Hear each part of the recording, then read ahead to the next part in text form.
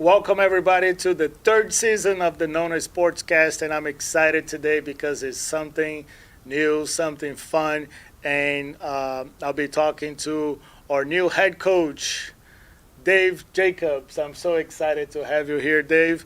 And this is all powered by Nona Media. We have a new set today. We're here at the Nona Media studio, and I'm excited. I want to personally thank Reese for this help here with this project that started in literally in my garage, and now we're here in the professional studio, so I'm excited about that. I also like to thank Danny for all his hard work and putting all of this together.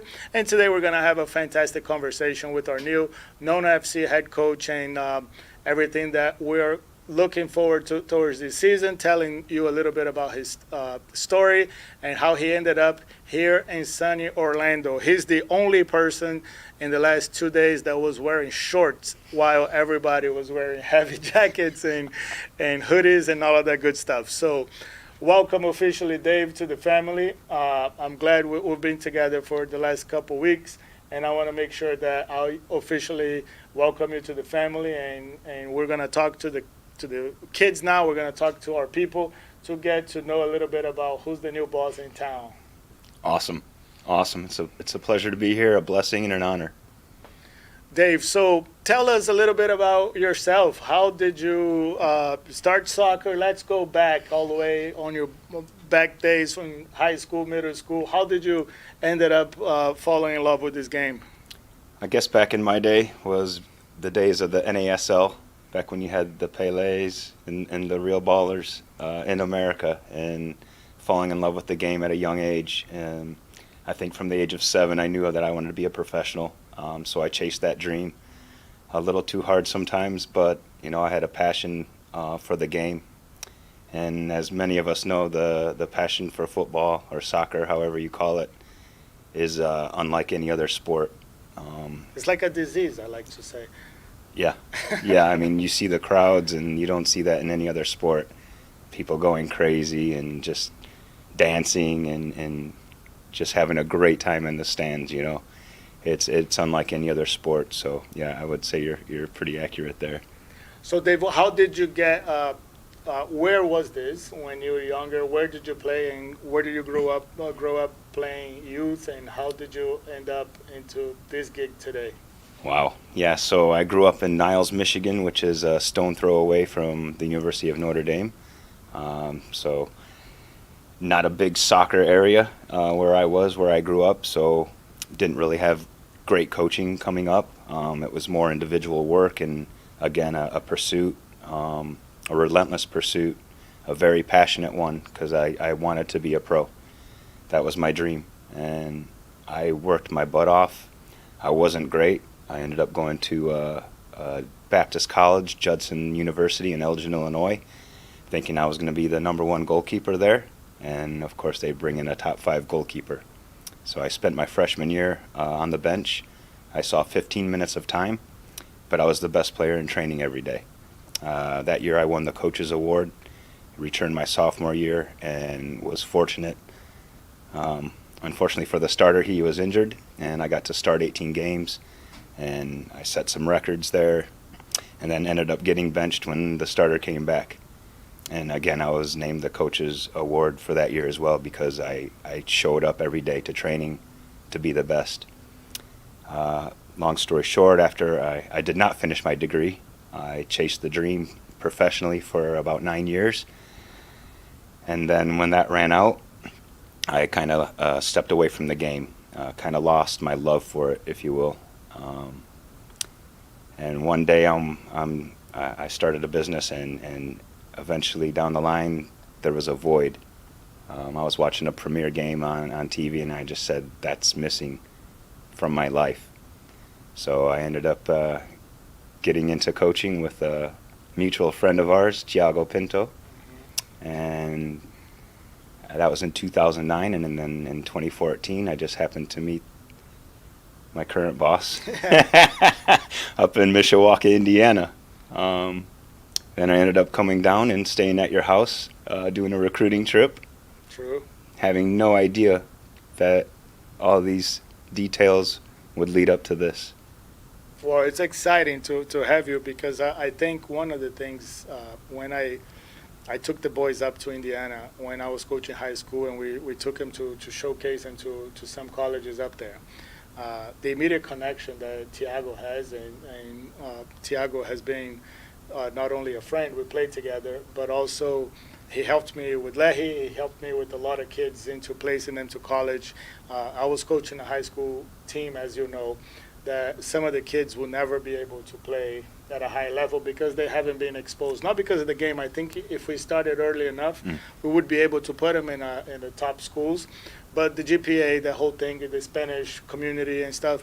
So I think Tiago opens a lot of doors for us, and I think we got to meet and we got to talk, and so it's exciting how the world of soccer is so small. I tell everybody, if you're a young soccer coach, be careful on how to come into a new club or how do you leave a new club, because the business is this big. It's tiny, and you will see that person some other way. Be careful who you're talking crap to, or because the world of soccer is so small, and eventually we're going to get a call, or somebody's going to get a call and say, hey, what do you think of this and this person? And if you don't be careful how you do things, I think it's one of the biggest things that I tell young coaches when they come to Nona and they decide to leave, or like, hey, it's okay, go try, go fly, go try something else, but be careful how you leave that thing. So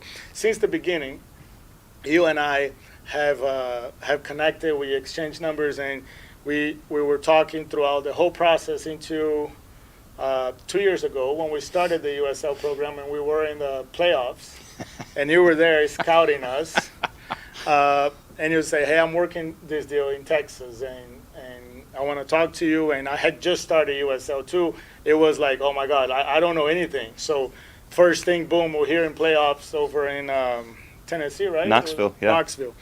And then you told me about this playing on USL. At that point, Dave, I'll be honest with you. I had no idea what you were up to. I had no idea because we hadn't spoke for like 3 or 4 years, probably even more. What did you see in us, or don't talk about me, but like from far away with the relationship that we created since 2012 or 14, right? When we 14, met, yeah. 2014. What did you see in Nona that it was like that day you told me, Fabio, I'm working on something, and one day I wanna be part of your program? And how is it for people looking from outside? I would say I was attracted to how professionally run your organization was. In USL2, that's very far and few. Some clubs are doing it really well, but most of them aren't. It's difficult. And I saw what you had in store. You had a plethora of help, guys doing this, guys doing that, and helping out, and that really attracted me. I'm attracted to the professionalism because that's, at the end of the day, everybody involved with this wants to be a pro. And that's basically how I live my life and how I want my players to act, behave, and come to train. You're a pro. And that doesn't mean just between the lines. That means everywhere in life, in the grocery store, driving in traffic. You have to be a pro because people are watching you. Yeah, part of your orientation here that you have just gone through, you heard a lot about the soccer's only half our story, right? And this is something that, regardless of what happened on the field, we are very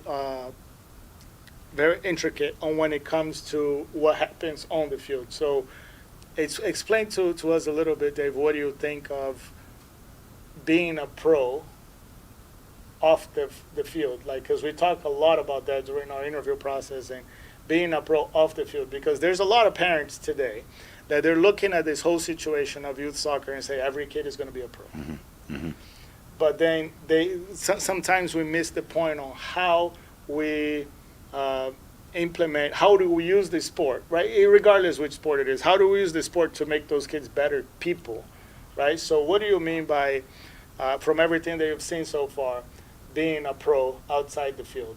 Yeah, that's a good one. So at the end of the day, we're able to use the beautiful game of football to teach life lessons. And that can be from playing time to injury and what have you. There's just so many lessons that you can use with football to teach life lessons. And being a pro means you do need to know, like, people are watching you. Everyone thinks being a professional athlete is amazing and it's great and your life is perfect. That's not true at all. It's a grind. You don't get there by going through the motions. It's a commitment. And so, again, being in the store, being in traffic, you see somebody next to you, they cut you off. How are you going to react? Because they're going to remember you and they're going to see you. And now you're representing a club. So there's a lot that goes into it that. It's I have a story on that is pretty interesting when it comes to how do you raise young men, right? And as a father, I am very, very, very thankful for the kids I have. All three of them, I think they're amazing, and they are polite. They are a gentleman when they're acting as a human, right? Not as a soccer player, right? Yeah. So I tell them, you never know who you're talking to, and you never know who's watching you. So I have a good example that happened a couple weekends ago. We were playing a game, and one of my kids had a fantastic game, and the other coach from the other team came in and said, "Hey, you were amazing. You like I have not seen a defender that played with this class," and he was for 5 minutes just praising the game that my son had just had, and my son was very polite to him, and he was thankful, and they had an adult conversation, right, with the 15-year-old, as far as you can go with that type of conversation. And then come to find out, that guy was the main feeder. He was the director of a club that is the main feeder of one of the best academies in the country. So as I'm talking to the scouts, there's like, oh yeah, I heard from so and so that this number 3 kid was just amazing, and how polite he was after the game and stuff. Now, those are the little things that we say, regardless of how he played or how he is. Can you imagine if he was a jerk, or if he was one of those kids that are just not paying attention to it, or whatever, who's this older guy here talking to me? No, he was professional and polite. And I think that one conversation, that 3 to 5 minute conversation that they had with that other club that had nothing to do with his career, nothing to do with his recruiting life or whatever, but he put a good word on how he played and how he acted as a young man off the field. So now he has a chance to play on this academy just because he was, and you never know. Most of the kids will be like, well, whatever, another coach. I'm too good for this. And so that's kind of like what we talked about in soccer being only half a story, and it's exciting. So now what everybody wants to know, Dave, is your USL experiences, your college experiences, because one thing that was very attractive when we had to make a decision to change coaches is the way that you ran a program that didn't have the structure that we have, didn't have the support system that we have, and how well your team played against us. If you guys don't know, Coach Dave was the guy with his team who eliminated us from the playoffs last year. And yes, we talked out. We had to have a conversation about that. But yes, it's his fault that we did not make it all the way up last year. But one thing that I saw you carrying the balls. I saw you pumping the balls. I saw you carrying the water, and your players, they were just with you. They weren't there for the jersey. They weren't there for whatever. I didn't know at that point the struggles on the stuff that you were going through, but they were there for you.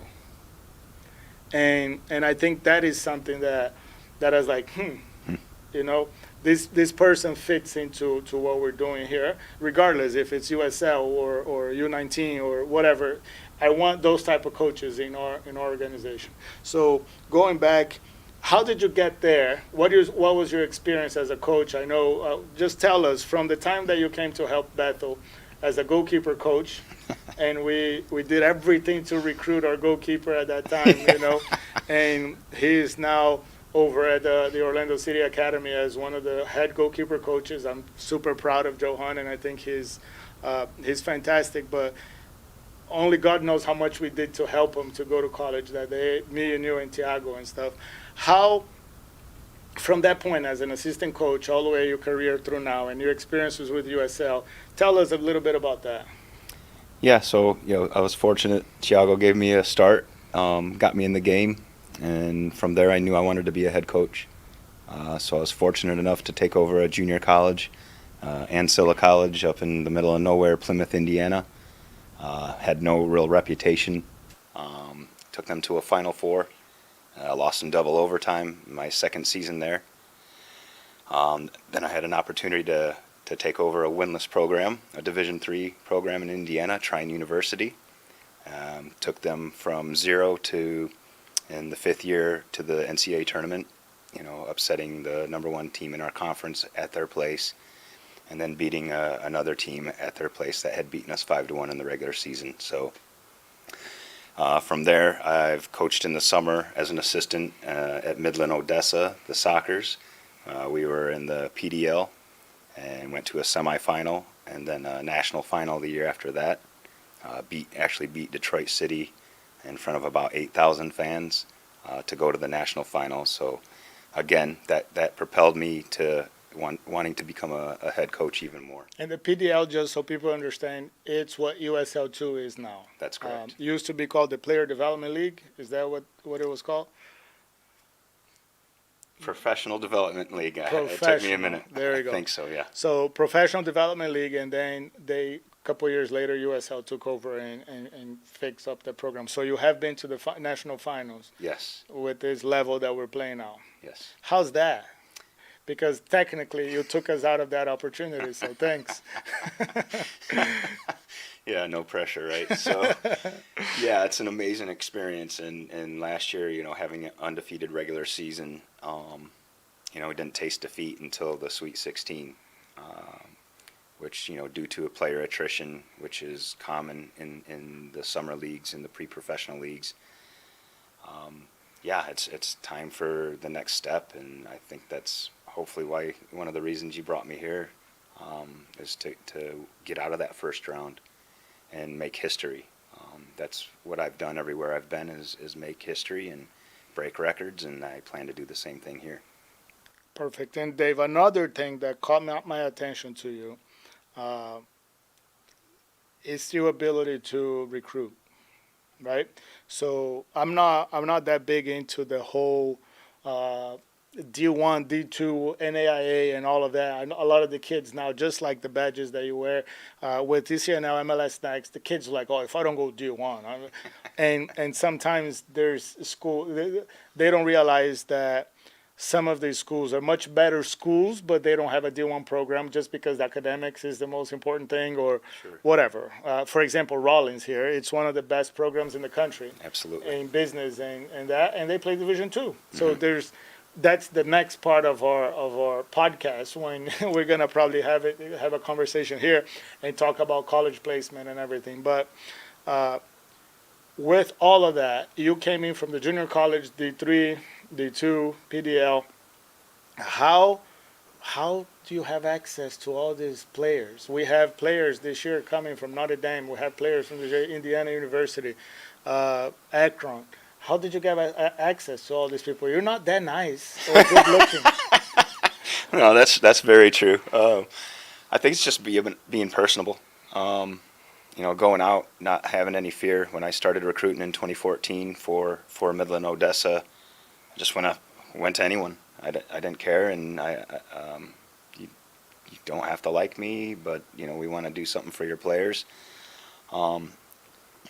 And I think that's a big part of it is just creating those relationships and being a good person, a man of your word, which is really important for the USL too. When you're recruiting these guys, the questions are pretty similar all the way. Are you going to take care of them? How are you going to take care of them? And what does that look like?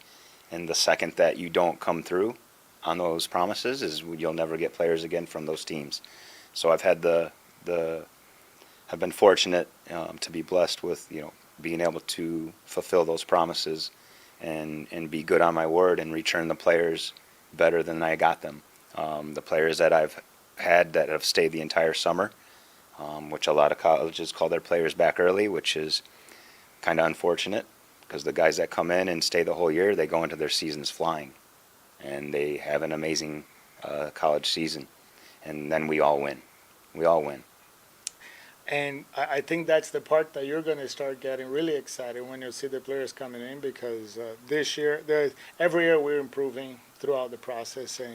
And I can't say enough, but Danny, who's going to be your right-hand person on anything that you need off the field, Danny is going to be probably the MVP for you.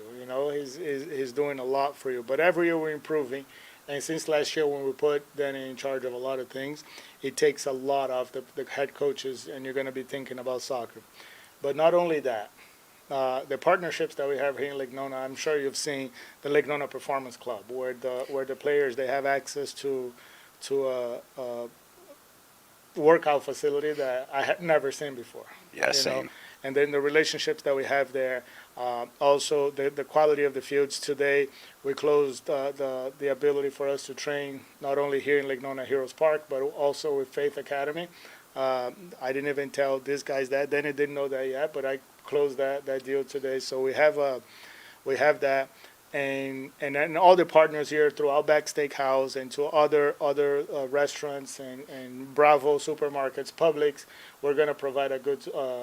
You're well settled at your apartment now. Yes. So that's where the players will be staying with the help of Tavistock and Ariel.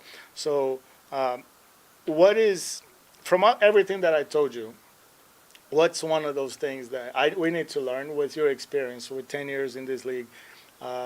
What is something that you saw here in Nona Football Club that you say, holy crap, this is, what was it? Was it the housing? Was it the workout facility? Was it Danny? Was it definitely Danny? Right? Danny definitely takes the cake. This guy, yeah, he is the MVP. Like the guy's class, and we haven't even started playing that. Don't give him all of that, 'cause, Yeah, I mean the whole organization. From what I saw when we met, I think in December. Just seeing the atmosphere, the office, the front office, the meetings on Mondays, how well organized everything is and set up. Like, it's not, okay, we're just going to show up and we're just going to do this. No. We have a plan. You have a vision.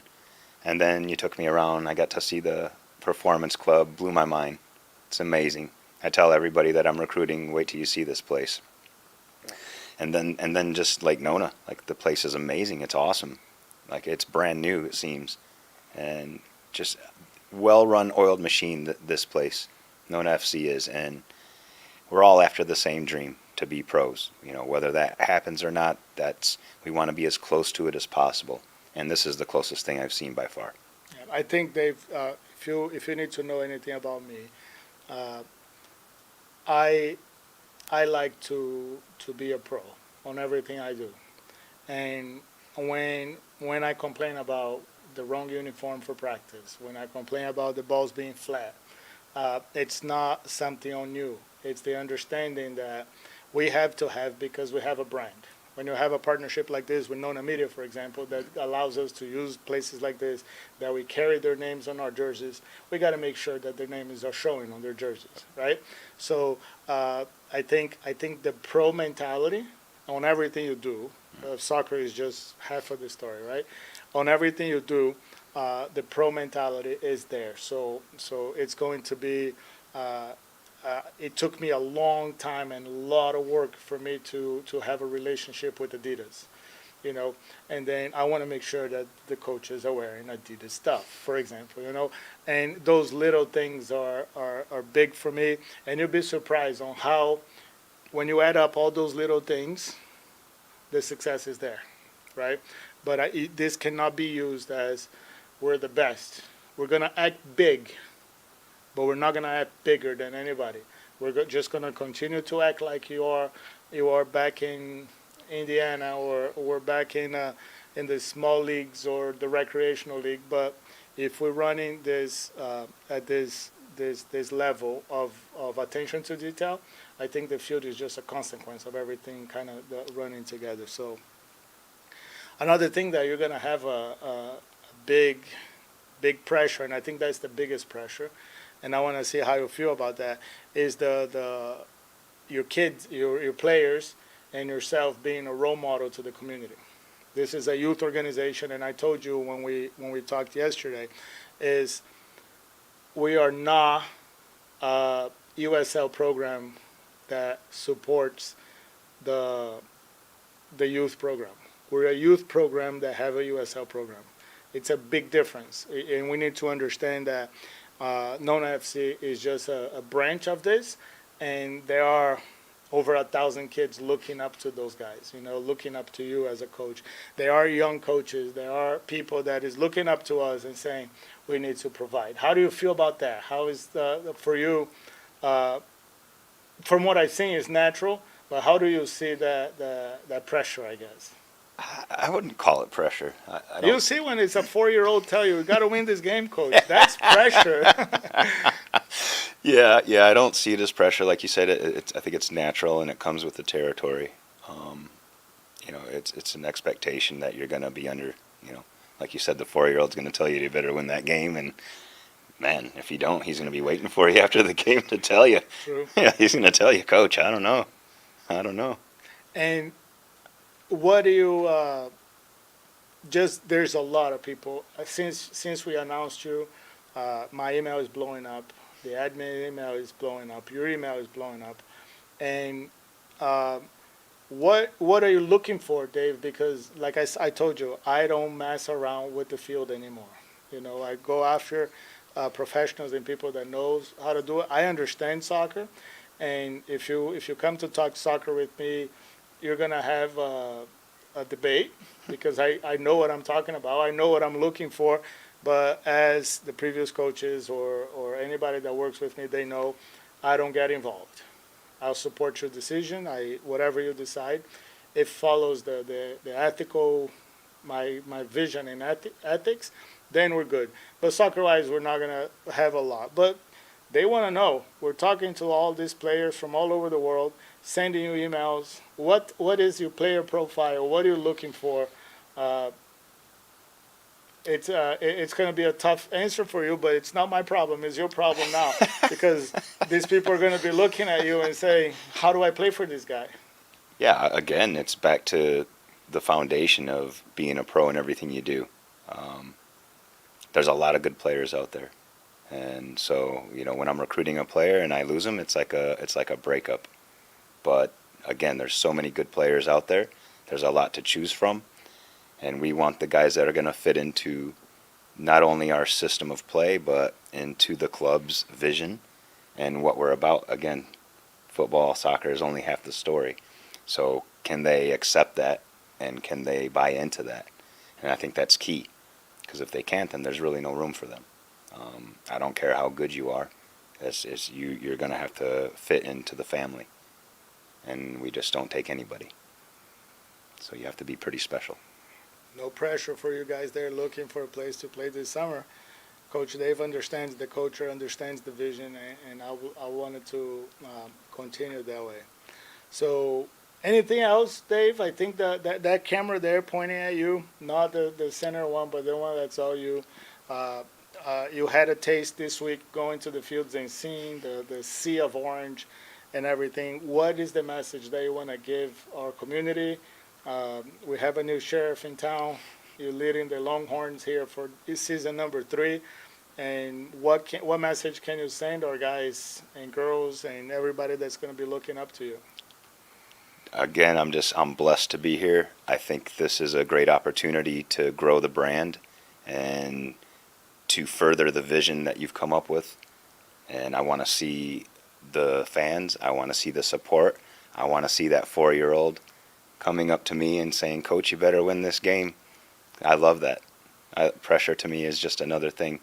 It's another thing on my plate, but I'm pumped to be here, and I'm looking forward to it.